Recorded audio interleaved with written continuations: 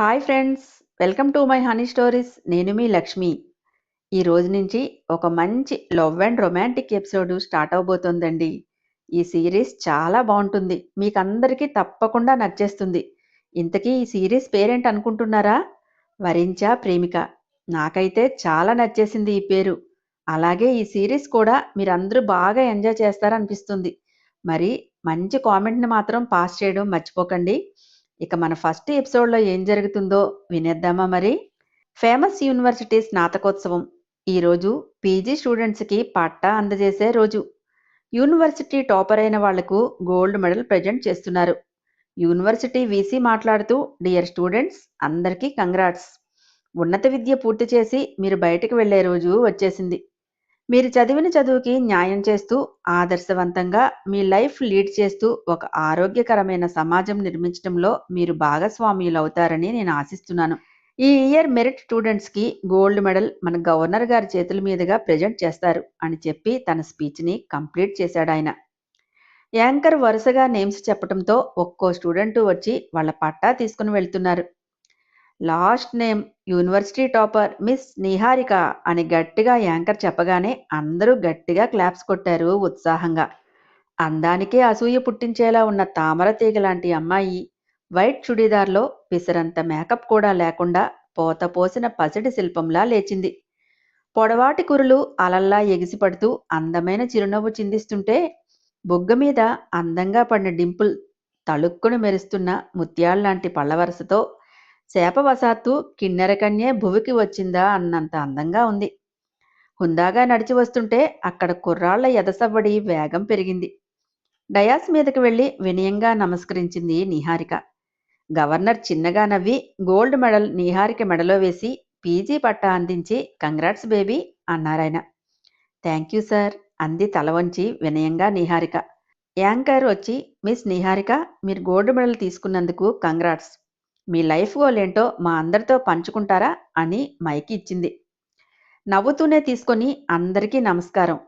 నాకు చాలా సంతోషంగా ఉంది, అది మాటలకు వర్ణించలేనిది అంటూ ఎమోషనల్ అవుతూనే, ఇంతటి అదృష్టం దక్కిందంటే అది నాకు విద్యను బోధించిన మా ప్రొఫెసర్స్ వల్లనే ఇదంతా నాకు సాధ్యమైంది. ఒక స్టూడెంట్ ఎదుగుదల ప్రొఫెసర్ల కృషి అనలేనిది. నాకు టీచర్ అవ్వాలని నా లైఫ్ యాంబిషన్. నేను అదే అవుతాను అని చెప్పి కిందకి దిగిపోయింది నిహారిక. తన క్లోజ్ ఫ్రెండ్ అయిన శ్రావణి కంగ్రాట్స్ బేబీ అంటూ నవ్వుతూ హత్తుకుంది. థ్యాంక్ యూ బేబీ అని తిరిగి నిహారిక కూడా హత్తుకుంది. అందరితో పాటు బయటకు వచ్చి నిహారికకి కంగ్రాట్స్ చెప్తున్నారంతా. నిహారికనే ఆరాధనగా చూస్తూ కళ్ళ నిండా నింపుకుంటూ చూస్తున్నాడు ఒక అబ్బాయి. ఏరా, ఇంకా ఎన్నాళ్ళు చూపులతో ఆరాధిస్తూ గడుపుతావు? తను వెళ్ళిపోతుంది, వెళ్ళి నీ ప్రేమ చెప్పేయ్ అన్నాడో ఫ్రెండ్. ఏ గౌతమ్, కమాన్, మన బ్యాచ్ అంతా ఎంజాయ్ చేద్దాం అంటున్నారా అంటూ అరిచాడు ఇంకో ఫ్రెండ్. చూసి చూసి కంటికి కలకలైతే వస్తాయి కానీ నువ్వు చెప్పేది ఉండదు, చేసేది ఉండదు, పదరా వెళదాం అన్నాడు నవ్వుతూ ఇంకో ఫ్రెండ్. మీరు వెళ్ళండిరా, నేను హారికతో కొంచెం మాట్లాడాలి అని తన దగ్గరికి వెళ్ళాడు గౌతమ్. 2 అడుగుల దూరంలోనే ఉండగా వేగంగా ఒక కారు సర్రున దూసుకువచ్చి నిహారిక ముందు ఆగి డోర్ ఓపెన్ చేసుకుని దిగాడు. 6'2" అడుగుల కటౌట్, చూడగానే బాలీవుడ్ హీరోలా కండలు పెంచి 8 ప్యాక్స్ బాడీతో మంచి హాట్గా ఉన్నాడు. అతన్ని చూసి అమ్మాయిలందరూ నోళ్లు తెరిచి అలాగే చూస్తూ నోటి నుండి చొంగలు కారుస్తూ చూస్తూ ఉండిపోయారు. శ్రావణితో మాట్లాడుతున్న నిహారిక చెయ్యి పుచ్చుకుని బలవంతంగా లాక్కెళ్తున్నాడు. ఏయ్ వదులు అంటూ గింజుకుంది. వదలకుండా తన పట్టు బిగించి చెయ్యి గుంజి డోర్ ఓపెన్ చేసి లోపలికి తోసి కార్ డోర్ లాక్ చేశాడు. తిరిగి వచ్చి డ్రైవింగ్ సీట్లో కూర్చుని కార్ స్టార్ట్ చేశాడు అతను. నిహారిక కార్ డోర్ తీయాలని ట్రై చేస్తుంటే టైం వేస్ట్ బేబీ అంటూ ఈవిల్ స్మైల్ ఇచ్చాడు. ఏయ్ మర్యాదగా కార్ ఆపు అంటూ కోపంగా అరిచింది. ఎనర్జీ వేస్ట్ అంటూ మరో స్మైల్ ఇచ్చాడు అతను. యూ స్టూపిడ్, బుద్ధి లేదా నీకు, కార్ ఆపు అంటూ అతని హ్యాండ్స్ మీద కొడుతుంటే అతనికి చీమ కుట్టినట్లు కూడా లేదు. కార్ సరాసరి ఒక టెంపుల్ దగ్గర ఆపి డోర్ తీసుకుని దిగి నిహారిక వైపు డోర్ ఓపెన్ చేసి కిందకి లాగి బరబరా అంటూ ఈడ్చుకుపోయాడు. అతని నడక వేగానికి నిహారికకి పరుగే అయింది. చేతిని గట్టిగా బిగించి పట్టుకోవటంతో హ్యాండ్ అంతా ఎర్రగా కందిపోయి విపరీతమైన పెయిన్ వస్తుంటే కళ్ళనీళ్లు కారుస్తూనే ప్లీజ్ నన్ను విడిచిపెట్టు అంటూ ఏడుస్తూ అరుస్తుంది. తన ఆర్తనాదానికి ఈసుమంత కూడా కరగకుండా అసలు అవేమీ తనకి వినిపించలేదన్నట్లు గర్భగుడి ముందు నిలబెట్టి పంతులు గారు అంటూ అరిచాడతను. వణికే చేతులతో పళ్ళెం పుచ్చుకొని వచ్చారు పంతులు గారు. ఆ పళ్ళెంలో ఉన్న తాళిబొట్టును తీసుకొని నీహారిక మెడలో కట్టబోయాడతను. నో నో ప్లీజ్ అంటూ అతని నుండి విడిపించుకోవాలని పెనుగులాడుతూనే తాళి కట్టనివ్వడం లేదు నీహారిక. లాగిపెట్టి గట్టిగా చెంప మీద కొట్టాడు. కోమలంగా నునుపుగా పాలుకారే చెక్కిళ్ల మీద అతను కొట్టిన దెబ్బ ఫోర్సుకి మైకం కమ్మి తూలి పడబోయింది హారిక. తన వైపు గుంజినట్టుగా లాగి ఆమె మెడలో 3 ముళ్ళు వేసేశాడు. పంతులు గారు బాధగా మంత్రాలు చదివారు. ఏమీ చేయలేని నిస్సహాయ స్థితిలో చూడడం తప్ప మాట్లాడే ధైర్యం లేదాయనకి. పళ్ళెంలో సింధూరం తీసి నీహారిక పాపిడంతా పెట్టాడు. కోపంతో కళ్ళు ఎర్రగా మార్చి గుండెల మీద వేళ్లాడుతున్న తాళిని చూసుకొని బాధ ఆక్రోశంగా మారి లాగి గట్టిగా కొట్టి బ్లడీ బాస్టర్డ్ అంటూ గట్టిగా అరిచింది నీహారిక. తన అరుపుకి గుడిపైన సేద తీరుతున్న పావురాల గుంపులు రెక్కలు రెపరెపలాడిస్తూ ఎగిరిపోయాయి. హేయ్ యూ అంటూ చెయ్యి లేపి కొట్టేవాడల్లా ఆపి క్రూయల్గా స్మైల్ ఇస్తూ, ఎందుకు బేబీ నోటిదోలతో నీ ప్రాణాల మీదకి తెచ్చుకుంటావు అన్నాడు. చీ నోర్మి అంటూ చేదరించుకుంటూనే, నువ్వసలు మనిషివేనా? ఒక ఆడపిల్ల లైఫ్ని నాశనం చేసే రైట్స్ ఎవరిచ్చారు నీకు అంటూ దొగ్గం ఎగతన్నగా సజల నయనాలతో అడిగింది హారిక. పొగరుగా తలెగరేశాడు. తాళి గుప్పెట్లో పట్టుకొని, ఇది కడితే నీ వెంట గొర్రెలా తల ఆడిస్తూ వస్తానని నువ్వు ఆశపడుతున్నావేమో. అది ఈ జన్మలో జరగదు. ఇది ఇప్పుడే తెంపి పడేస్తా. పసుపు తాళికి పలుపు తాడుకి తేడా తెలియని నీలాంటి పశువు కట్టిన దానికి వాల్యూ ఇవ్వను అని కోపంతో బుసలు కొట్టింది. అది నీ మెడలో నుండి తీసిన మరుక్షణం ఈ ఆర్యన్ ఆగ్రహజ్వాలకు మాడి మసైపోతావు. నువ్వు, నీతో సహా నీ అనాథ పిల్లలంతా అంటూ కళ్ళ నుండి నిప్పులు కురిపిస్తూ బూడిదైపోతారు. నువ్వుండే హోం నా అండర్లో ఉంది. 250 మంది పిల్లల బ్రతుకులు రోడ్డు పాలవుతాయి గుర్తుపెట్టుకో అని కర్కశంగా అన్నాడు ఆర్యన్. పసిపిల్లల మొహాలు కళ్ళ ముందు దృశ్య రూపంలో కనిపించగానే మోకాళ్ల మీద కూలబడి మొహాన్ని దోసిట్లోకి తీసుకుని బోరుని ఏడ్చేసింది నీహారిక. ఆమె ఏడుపుతో తన ఈగో సాటిస్ఫై అయ్యి గర్వంతో కూడిన నవ్వు అతని పెదవుల మీద నాట్యమాడింది. వేగంగా దూసుకువచ్చి ఆర్యన్ కాలర్ పట్టుకుని కోపంగా వచ్చి, బ్లడీ చీట్, ఒక ఆడపిల్ల ఫీలింగ్స్తో ఆడుకుందే కాకుండా చిన్నపిల్లలను అడ్డం పెట్టుకుని ఎమోషనల్గా బ్లాక్మెయిల్ చేస్తావా అంటూ విసురుగా వెనక్కి తోశాడు గౌతమ్. 2 అడుగులు వెనక్కి వేసి, హే యూ అంటూ గౌతమ్ మీదకి వచ్చి అతని నెక్ పట్టుకొని ప్రెస్ చేశాడు ఆర్యన్. శ్రావణి వచ్చి ఆర్యన్ చేతులు లాగుతూ, this is too much behaviour అంటూ అరిచింది. శ్రావి, నువ్వు మధ్యలోకి రాకు, ఇది నా పర్సనల్ అన్నాడు కోపంగా ఆర్యన్. ఒక ఆడపిల్లని బలవంతంగా లాక్కొచ్చి పశువుల మెడలో తాళి కట్టి నీ పర్సనల్ అంటే సరిపోతుందా అంటూ అరిచాడు గౌతమ్. అది నా ఇష్టం, మధ్యలో నీకేంది బేదోలా, మూసుకొని దొబ్బై అన్నాడు రెక్లెస్గా ఆర్యన్. యూ బ్లడీ అంటూ కలబడబోయాడు గౌతమ్.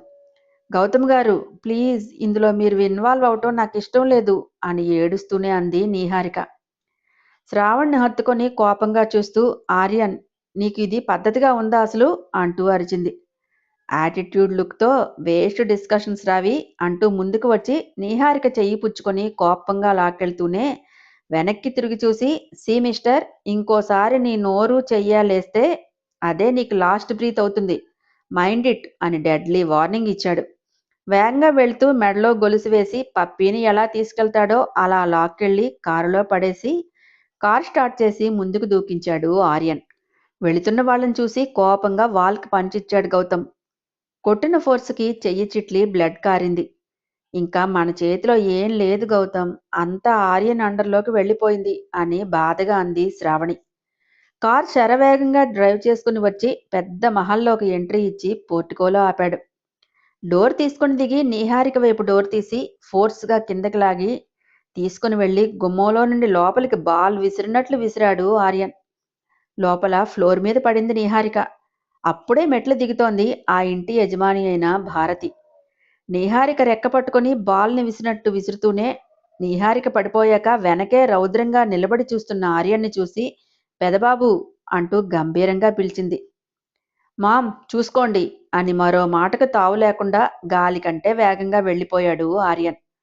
భారతి వచ్చి కింద ఉన్న నీహారికని భుజాలు పట్టుకుని పైకి లేపింది. తల వంచుకొని కళ్ళ నిండా నీళ్లతో నిలబడింది నీహారిక.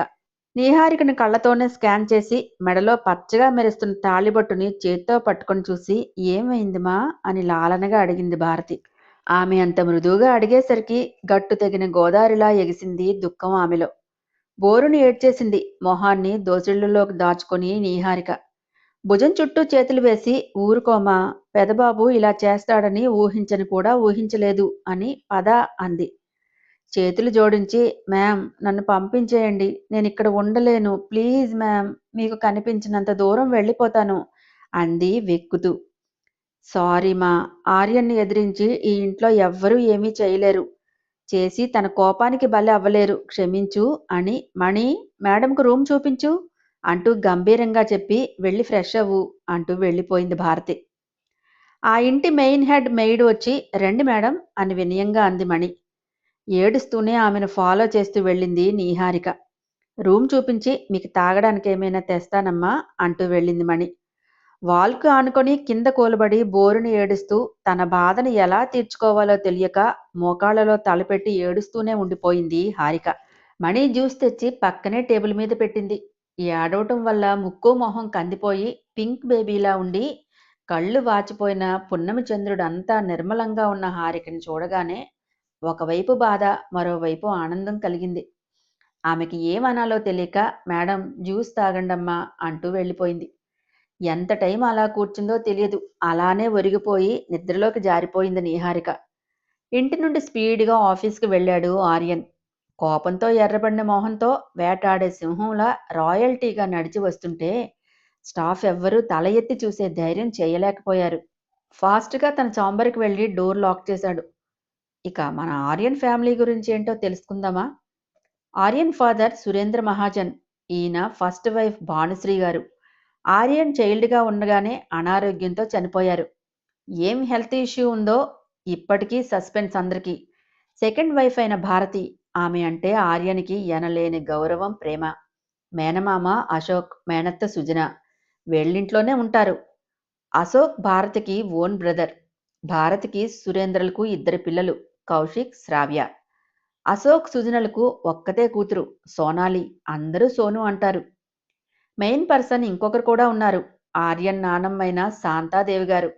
పేరుకి తగ్గట్టే నిజంగానే శాంతమూర్తి. ఈవిడ భర్త కాలం చేశారు. ఆయన పేరు పరమేశ్వర్ మహాజన్. ఫస్ట్ వీళ్ళ పూర్వీకులు రాజస్థానీ వంశీకులు. అక్కడ నుండి వలస వచ్చి వాళ్ళ వ్యాపార సామ్రాజ్యాన్ని ఇక్కడ స్థాపించి వరల్డ్లోనే టాప్ ప్లేస్ని ఆక్రమించారు. నాలుగో తరం వాడు ఆర్యన్.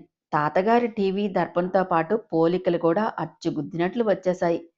పొగరు వగరు కాస్త ఎక్కువ మోతాదులోనే ఉంది సార్కి. నానమ్మ అంటే మాత్రం ప్రాణం. ఎవరి మాటైనా వింటాడు అంటే అది ఆవిడ మాట మాత్రమే. ఇక ఎవ్వరినీ కేర్ చేయడు మన హీరో ఆర్యన్. కోపం వస్తే అగ్నిపర్వతం, ప్రేమిస్తే చల్లని మలయమారుతం. తన కుటుంబానికి చిన్న హాని చేయాలని చూసినా వాళ్లకు హెల్ అంటే ఇదా అన్నంతగా చూపిస్తాడు. ప్రస్తుతం బిజినెస్ అంతా తానే రన్ చేస్తున్నాడు. కంపెనీ తన అండర్లోకి వచ్చాక మరింతగా విస్తరించింది. 27 సంవత్సరాల ఆర్యన్ అందగాడు, తెలివైనవాడు. ఒక్కసారి చూస్తే మళ్ళీ చూడాలనుకునే బాడీ టెక్స్చర్. మెయిన్ ఆ ఐస్ ఎలా ఉంటాయంటే వేటాడే చిరుత కళ్ళలా ఉంటాయి. ఆ కళ్ళు చూస్తూ బిజినెస్ రైవల్స్ గుండెల్లో దడ పుడుతుంది. ఎంతటి వాడినైనా మట్టి కరిపించే మహామేధావి. ఇదండి మన సర్ అండ్ ఫ్యామిలీ గురించి. ఇక ఆర్యన్ చేతిలో బలి అయిన అమాయక పక్షి అయిన మన నీహారిక కోసం కూడా తెలుసుకుందాం. తను అనాథ. చిన్నతనం నుంచి అనాథాశ్రమంలో పెరిగిన బుజ్జి పావురం. ఎలా వచ్చి చేరిందో ఎవ్వరికీ తెలియదు. ఆమె అందం, దర్పం, తెలివి చూస్తే చాలా ఉన్నత కుటుంబంలో ఆమెలా అనిపిస్తుంది. వార్డెన్కి హారిక అంటే చాలా ప్రీతి. కన్నబిడ్డ కంటే ఎక్కువగా సాకింది. ఇక నీహారిక గురించి మిగతాది రన్నింగ్ స్టోరీలో తెలుస్తుంది. మిగతా పాత్రలు సమయాన్ని బట్టి వస్తూ పోతూ ఉంటాయి యార్. మీరు కన్ఫ్యూజ్ అవ్వకండి, ఓకేనా? ఆఫీస్ చైర్లో కూర్చుని నొసల మధ్య బొట్నవేలు పెట్టుకుని రుద్దుకుంటున్నాడు ఆర్యన్. అంతలోనే డోర్ సౌండ్ రావటంతో స్టడీగా కూర్చుని కమిన్ అని గంభీరంగా అన్నాడు. తన childhood friend company general manager అయిన ఉదయ్ వచ్చాడు ఫైల్ తీసుకొని. అసహనంగా ఏదో డిస్టర్బెన్స్గా ఉన్న ఆర్యన్ని చూసి ఏమైంది బావా అలా ఉన్నావు అని ప్రశ్నించి డౌట్గా చూశాడు. నథింగ్, ఈవినింగ్ డిస్కస్ చేస్తాను అని ఫైల్ తీసుకొని సిగ్నేచర్ పెట్టేశాడు ఆర్యన్. చెక్ చేయకుండా సైన్ చేయటంతో ఆశ్చర్యపోయి ఏదో గట్టి ప్రాబ్లమే వచ్చిందనుకుని మౌనంగా వెళ్ళిపోయాడు ఉదయ్. Hi friends! నా ఛానల్ నచ్చితే లైక్ చేయడం, షేర్ చేయడం, సబ్స్క్రైబ్ చేసుకోవటం మర్చిపోకండి. ముందే చెప్పాను కదూ! ఇదొక మంచి రొమాంటిక్ అప్డేట్ అంటూ.